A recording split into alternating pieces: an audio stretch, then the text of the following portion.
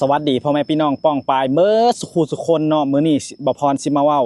เรื่องอัตราการแลกเปลี่ยนแล้วก็เงินเฟ้อแฮงอยู่ประเทศลาวเนาะพ่อแม่พี่น้องนี่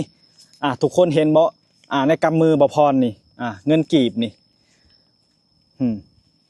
เป็นเป็น20-30ใบแต่ว่ายังบ่ถึง 1,000 บาทพ่อแม่พี่น้องคิดเอาเนาะนี่ยังบ่ถึง 1,000 บาทพ่อแม่พี่น้องเดี๋ยวบ่พรสิให้เบิ่งเนาะนี่1,000กีบนี่พ่อแม่พี่น้องเอ้ย1,000กีบนี่ก็คือประมาณ2บาทไทยเนาะพ่อแม่พี่น้อง1,000กีบประมาณ2บาทไทยคิดเอาพ่อแม่พี่น้องเอ้ยนี่เนาะแล้วก็5,000กีบนี่สมัยก่อนนี่10ปีขึ้นหลัง5,000กีบนี่เท่ากับ20บาทแต่ปัจจุบันนี่20บาทเท่ากับ10,000กีบหรือว่า2ใบกว่าของใบ5,000กีบลาวเนาะพ่อแม่พี่น้องเนาะนี่แหละพ่อแม่พี่น้องเอ้ยตอนนี้เป็นหยังของมันจึงแพงเนาะ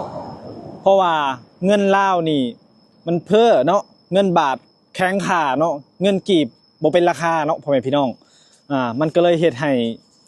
ของอยู่ลาวนี่อีหยังก็แพงขึ้นพ่อแม่พี่น้องเอ้ยปัจจุบันนี่เนาะพ่อแม่พี่น้องเนาะปัจจุบันนี่20บาทนี่เท่ากับ 10,000 กีบนี่คือใบแสนเนาะใบแสนนี่คือใบใหญ่สุดในประเทศลาวเนาะเงินลาวนี่ใหญ่ที่สุดใบแสนนี่เนาะพ่อแม่พี่น้อง1,000 บาทนี่เท่ากับ6ใบแสนกับ65,000 กีบตอนนี้เนาะพ่อแม่พี่น้อง10ปีขึ้นหลังนี่ 1,000 บาทนี่ประมาณ250,000พ่อแม่พี่น้องเลย250,000นี่สมัยก่อนนี่เท่ากับใบแสนนี่2ใบกับใบ50,000นี่1ใบเนาะ10ปีขึ้นหลังเนาะแต่ปัจจุบันนี่มันขึ้นนี่ครึ่งของครึ่ง2ทบเลยพ่อแม่3ทบเลยเนาะปัจจุบันนี่1,000นี่เท่ากับ6ใบแสนเนาะ6ใบแสนกับ65,000กีบเนาะอันนี้คืออัตราแลกเป็นทั่วไปเนาะแต่ถ้าเฮาไปเปลี่ยนน้ำแม่ค่านี่แม่ค่าสิดรอปลงอีกเนาะแม่ค่าสิดรอปลงเท่ากับแม่ค่านี่สิกินเรทราคาหลายเนาะพ่อแม่พี่น้องนั่นแหละบ่พรจังว่าข้าวต้มขนมทุกสิ่งทุกอย่างอยู่ประเทศลาวนี่มันจึงแพงเนาะพ่อแม่พี่น้องบางคนมาบอกว่าบ่พรเว้าเวอร์เนาะเจ้าลองมาเบิ่งเนาะจะลองมาเบิ่งเนาะลองมาซื้อของเบิ่งอยู่ประเทศลาวเนาะเจ้าถือเงินมาโหลด10,000 บาทนี่ค่อยให้เจ้าโหลดถ้าเจ้าอยู่ได้10วันนี่แสดงว่าเจ้านี่บ่ได้กินหยังแหละเนาะเงินลาวถูกเงินบาทเป็นราคาแต่ว่าพอมาประเทศลาวบัดเงินลาวบัดซื้อของมาได้หน่อยพ่อแม่พี่น้องเพราะว่าเงินเฟ้อเนาะของแพงเนาะประเทศลาวเนาะนั่นแหละพ่อแม่พี่น้องเลยมันก็เลยเห็นความแตกต่างเนาะนี่เห็นบ่นี่คิดเบิ่งนี่บ่พรถือในเงินในกำมือนี่ถือเงินในกำมือนี่คิดเบิ่งนี่เนาะเจ้าว่าจักใบนี่10 20ใบเนาะยังบ่ได้ฮอด500 บาทยังบ่ได้ฮอด 1,000 บาทพ่อแม่พี่น้องคิดเอานี่เห็นบ่นี่เนาะมันเฟ้อซำใดเนาะพ่อแม่พี่น้องนั่นแหละของอยู่ลาวมันยังก็แพงพ่อแม่เอ้ย100,000 กีบนี่เจ้าไปโลดย่างเขาไปตลาดเจ้าซื้อของบ่ได้ฮอด10อย่างเนาะแต่ของอยู่ลาวแถมยังอัตราการซื้อนี่ขั้นต่ำนี่50,000 กีบแล้วสมมุติเจ้าถือใบแสนเข้าไปแล้วเจ้าซื้อได้ของอยู่ประมาณ2อย่างเนาะพ่อแม่พี่น้องนั่นแหละความแตกต่างเนาะมันเลยเฮ็ดให้เจ้านี่ซื้อหยังก็บ่พอซื้อหยังก็บ่ได้เนาะเจ้าถือสมัยก่อนนี่ถ้าเข้าตลาดเซโนเนาะเข้าไปตลาดนี่เข้าไปตลาดร้านค้านี่พ่อแม่พี่น้องเอ้ยถือเงิน250,000นี่โอ้ยเนาะซื้อหยังได้หมดเนาะ250,000เท่ากับ 1,000 บาทสมัยก่อนเนาะแต่สมัยนี้250,000นี่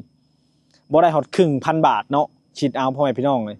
มันเห็นได้เนาะจึงสิเพ้อขนาดกันนี่เนาะพ่อแม่พี่น้องโอ้ยเนาะคือเบิ่งสมัยก่อนเนาะพ่อแม่พี่น้องป๊าดตัวอยู่ลาวเฮาเนาะซื้อหยังมันก็พอซื้อเนาะพอมาบัดนี้ยังก็แพงพ่อแม่พี่น้องเงินบัดแฮงถูกลงบัดนี้ตายแบบนี้นะพ่อแม่พี่น้องเอ้ยซื้อหยังก็บ่เป็นตาซื้อเนาะคนลาวก็ดิ้นรนไปหาเงินอยู่ไทยมันก็เลยแบบว่าเฮ็ดให้ครอบครัวอยู่ได้เนาะพ่อแม่พี่น้องถ้าไผหาอยู่ลาวนี่ยากเนาะพ่อแม่พี่น้องปลูกมันเนาะปลูกมะกะพร้าวกาแฟมันก็ได้อยู่แต่ว่า มันบ่พอกินนี่แหละพ่อแม่พี่น้องไงบ่พรจึงว่าอยู่ลาวนี่โอ้โตผู้ใดหาอยู่หากินอยู่ลาวนี่น้ำตาตกน้ำตาคลอได้พ่อแม่พี่น้องเอ้ยเจ้าหาเงินมามื้อหนึงเนี่ยเจ้าได้แค่100,000กีบเนาะ200,000กีบแต่เจ้าไปซื้อผักในตลาด100,000กีบได้เฉพาะผักเนาะอย่างเช่นยกตัวอย่างเนาะพ่อแม่พี่น้องถ้าเจ้ามีเงินอยู่100,000กีบเจ้าจะไปซื้อหมูกระทะกินนี่เจ้าสิไปซื้อผักหญ้าหมูมาเฮ็ดหมูกระทะนี่บ่พอพ่อแม่พี่น้องเอ้ย100,000กันได้แต่หมูกับได้แค่หมูกับวุ้นเส้นเนาะ100,000ได้แต่หมูกับวุ้นเส้น1ถุงแค่นั้นบ่พรเว้าโลดเนาะอยู่ลาวนี่ยากพ่อแม่พี่น้องเอ้ยแล้วก็เซเว่นอยู่ประเทศลาวนี่ถ้าเฮาเข้าไปนี่พ่อแม่พี่น้องเอ้ยขายแพงครึ่งของประเทศไทยเนาะอย่างเช่นน้ำหวานนี่บ่พรเคยซื้ออยู่ประเทศไทยนี่15 บาทเนาะมาเห็นอยู่ลาวนี่30,000กีบ30,000กีบนี่บ่พรสิไล่ให้เบิ่ง20,000กีบนี่เท่ากับ20 บาท